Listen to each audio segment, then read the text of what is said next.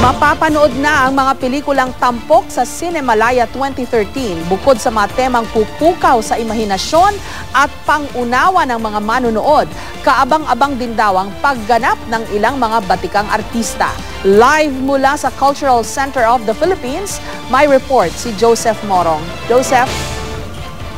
Jessica, nagsimula na nga ang ika-9 na edisyon ng Cinemalaya at ngayong taon na to ay medyo special, no? Dahil yung isa sa pinakamaningning na bituin ng mainstream movie industry na si Ate V or ang star for all seasons na si Vilma Santos ay kalhok sa taong ito.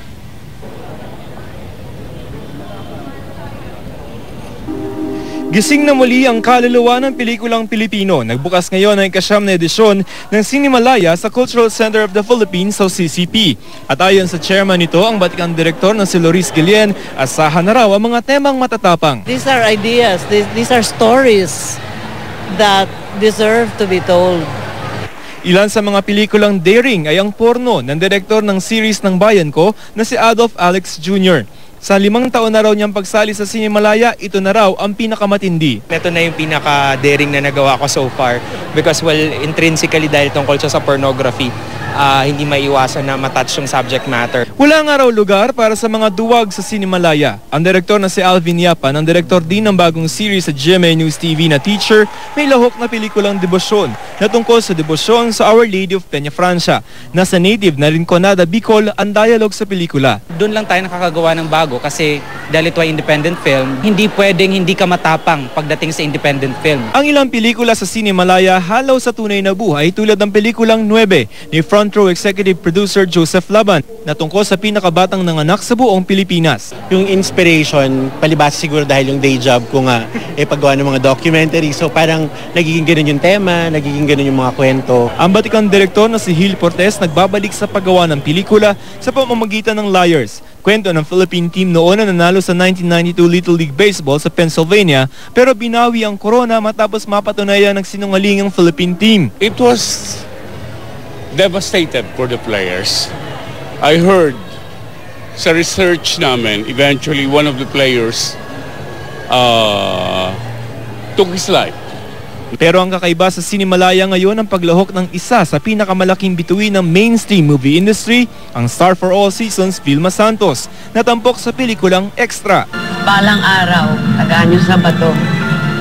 Sisikat din tayo. This is like the first big one.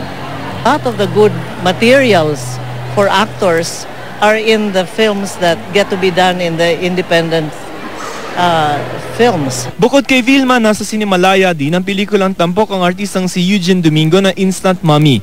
Galing indie si Eugene pero may tuturing na siyang mainstream ngayon. Yung character ni Eugene dito is a character that many Filipina women find themselves in.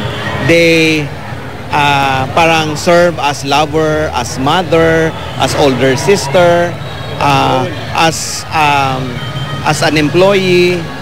Ang indie film na nga ba ang mainstream ngayon? Let's be a little patient. Dadating yan, dadating yan, dadating. Because ang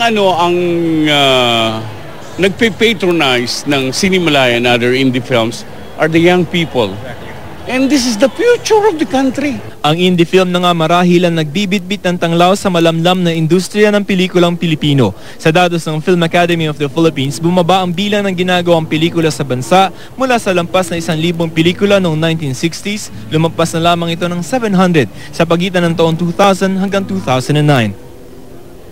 Jessica, tatakbo ang Cinemalaya mula July 26 ngayong araw hanggang August 4. Para sa mga schedule ay makikita yan sa website ng Cultural Center of the Philippines. Jessica? Joseph, parang kailan lang yung mga indie movie, no? Parang sinasabi natin, ito yung mga rebel movie. Ngayon sila na ang the new normal. Mukhang gano'n na ma'am, no? Kasi parang doon nakikita na natin yung pag-migrate ng mga mainstream mga movie stars. Sila Vilma, sila Gretchen, even. Gusto kasi nila daw, ayon dito kay Direct Loris Guillen, ay kung gusto mo ng may kaluluwa na proyekto, ay pupunta ka doon sa Cinemalaya because yung mga material ay doon talaga nanggagaling. So, mukhang may pagkukulang, pagkukulang na pinupunan itong Cinemalaya sa aspetong yan, Jessica. Okay, question, very basic. Kumikita ba sa pangkalahatan ang indie movies? Kasi kung ganyan parang walang tigil sa paggawa ng indie movies, mukhang may pera. Ganun ba yun, Joseph? O talagang for the love of or for art's sake talaga itong, or talagang para sa craft itong paggawa ng indie films? Ma'am, for the meantime, mukhang for the love of pa, no? Kasi panaka-naka lamang yung nakikita natin ng mga indie blockbuster hits katulad nung Babae sa Septic Tank nitong si Eugene Domingo at saka yung Bakaw na nagkaroon ng pagkakataon na ipalabas doon sa mga movie houses natin, sa mga malls, no? Pero yung mga ganong klaseng storya ay medyo exception rather than the rule, no? Yung successful at saka blockbuster na mga indie film hit. Pero ang sinasabi nitong si Direk Gil Portes ay baka naman sa mga susunod na taon dahil yung ating mga profile ng audience ngayon ay mga bata at itong mga batang ito ay lalaki at sila yung magkokonsumo ng pelikula in the future, ay baka mag-iba yung panlasa para sa pelikula. Jessica. Ayun, parang they're building their audience, no? Mukhang ganun, ma'am, yung mangyayari. At mukhang kanina, sobrang puro mga estudyante nga yung dumalo dito sa Cinemalaya opening, no? At maganda rin naman siguro na pangitain yon na yung ating mga kabataan ay medyo naghahanap ng ibang lasa kung pelikula yung pag-uusapan, Jessica. Hanggang kailan magtatagal itong Cinemalaya, Joseph? Hanggang August 4 yan, tapos po may mga schedule rin yan mula, meron sa CCP na ipapakita, no? Yung mga gala dito yan, yung kay Vilma will be sa Sunday, tapos yung kay Eugene sa Monday. Pero meron din sa mga malls, sa mga Ayala malls mostly, sa Greenbelt, sa Trinoma, and then sa Alabang Town Center. So tanungin nyo na lang, tingnan nyo na lang yung schedule doon at merong ibang mga pelikula na may ipapalabas doon sa mga regular malls na yan, Jessica. Yet another sign that they've gone mainstream sa mga sinehan na malalaki. Pinapalabas itong indie movies, di ba?